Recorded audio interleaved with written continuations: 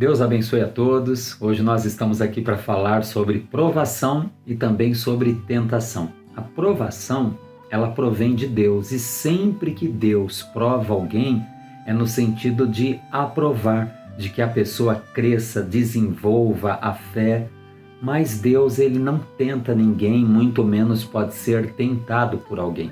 Portanto, quem tenta é Satanás, e esse, por sua vez, sempre que lança uma tentação, ele quer fazer a pessoa cair, a fim de que ele possa acusar a pessoa perante o Senhor e que a pessoa sofra danos, prejuízos e traga sofrimento para a sua vida.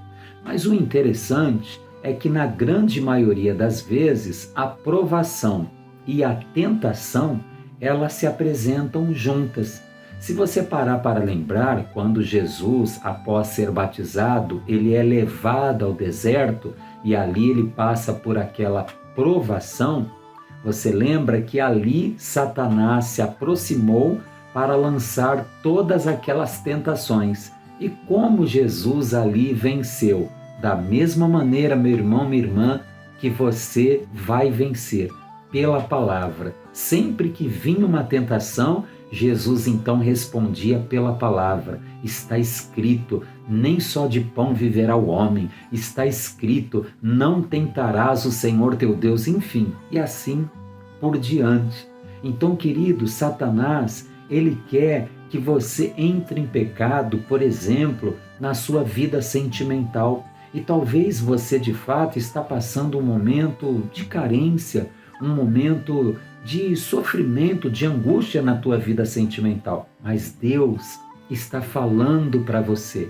Olhe para a palavra dele. Não quebre princípios, não entristeça ao Senhor. Talvez na tua vida financeira você está sendo convidado a fazer algo que é ilícito. E talvez na tua vida financeira, nesse momento que você ouve essa palavra, você está na prova, passando um momento talvez de aperto, mas Deus está falando contigo, e assim cada área, talvez para não ser excluído de algum grupo, para não se sentir rejeitado, talvez você está sendo pressionado a fazer algo que vai contra a sua consciência, que vai contra a palavra, contra os princípios de Deus.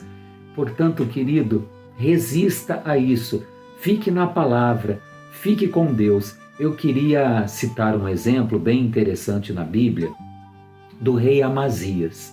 Ele foi um rei de Judá e Deus é que dava vitórias quando a nação de Judá saía para as guerras. O Senhor colocava a mão junto deles e eles iam além de suas forças, porque Deus, querido, é um Deus de poder, é um Deus de milagre, é um Deus em cima nos céus e embaixo aqui na terra. Mas o que aconteceu nesse dia?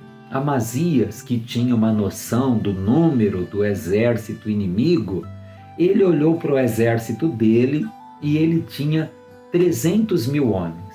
E ali ele ficou inseguro, ele ficou com receio, com medo, e ele se precipitou. Ele tomou uma decisão de contratar a soldo 100 mil homens de Efraim, ou seja, de Israel. Só tem um problema. Aqueles homens que ele contratou, naquele momento, eles estavam vivendo uma vida fora da presença de Deus. Mas Amazias estava trazendo eles para aquela aliança, para fazer junto com ele uma guerra. Mas Deus é tão bom, Deus é tão misericordioso, que ele enviou um profeta, que ele enviou uma palavra, e eu creio que Deus está nos enviando hoje essa palavra. Muitas pessoas vão ouvir essa mensagem e Deus vai falar coisas diferentes com cada uma delas. Mas olha essa história que interessante. Diz assim, no segundo livro de Crônicas, no capítulo de número 25, e o versículo é o de número 6. Vamos ler juntos. Também de Israel contratou 100 mil homens valentes por 100 talentos de prata. Certo homem de Deus, porém, veio a ele e disse: Ó rei, não deixes ir contigo o exército de Israel, pois o Senhor não é com Israel, a saber, com os filhos de Efraim. Então, queridos, quando Deus fala, olha, eu não estou nesse negócio. Quantas vezes a pessoa toma uma decisão, uma atitude, mas ela não está sentindo paz, tem algo dizendo, né? Não vá. O Espírito Santo está testificando, dizendo, não participe disso. E diz na continuação, olha, versículo 8, ainda que vás e lutes valentemente na batalha, Deus te fará cair, ou seja, o final de tudo isso não vai ser bom diante do inimigo, pois Deus tem o poder para ajudar e para fazer cair. Querido, o seu destino está na mão de Deus. Louvado seja o nome do Senhor. Ele é que dará a última palavra na tua vida. Continuando, versículo 9. Olha que interessante. Perguntou Amazias ao homem de Deus: o que se fará dos 100 talentos de prata que dei às tropas de Israel? Isso é muito bonito. Respondeu o homem de Deus: o Senhor te dará mais do que isso. Querido, e naquele momento Amazias renunciou.